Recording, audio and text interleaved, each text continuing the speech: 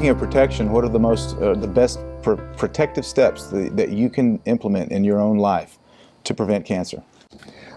Sending your kid to school wrapped in saran wrap? No, I'm just kidding, of course. I've always laughed at that scenario, and when you brought up the issue of infectious disease, how some kids or some adults don't get sick when they're exposed. And of course, the parents aren't sending them wrapped in plastic. Avoiding the plastic bubble. Yeah, exactly. The reality is their strength is such that it protects them. So how do we protect ourselves from cancer? We got to live differently. We got to think differently. We got to believe differently. We've got to find our mission and our passion in life. When we talk about the spiritual reason for being here, you can develop cancer from having that spiritual toxicity where you don't know who you are or why you're here. Could create such depression and misery and disconnect that alone can create corruption to your physiology. That's the connection we have, the body, mind, spirit concept.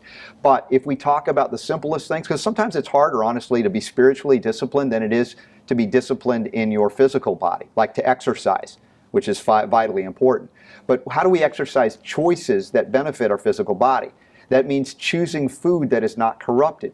Food that has not been poisoned or intoxicated by the additives, preservatives, colorings, flavorings, pesticides, herbicides, fungicides, and beyond. We've got to go, if not organic, we've got to go beyond it and really clean up what's coming in. Get to know your local farmers.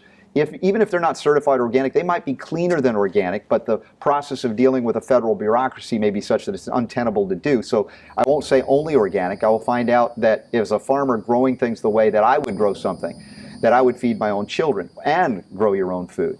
Bring that back in. We've all got to do, like after World War II, we had victory gardens. We now have to declare liberty gardens. Everybody should plant even one thing, if it's just an herb, if not, a bed of lettuce, something that can change and transform our lives, because we don't have enough control over the food supply, and it is contaminated all around the world. Even the organic food is not as clean as it once was. So for me, it's very important what goes in. That means also purifying, cleaning the water.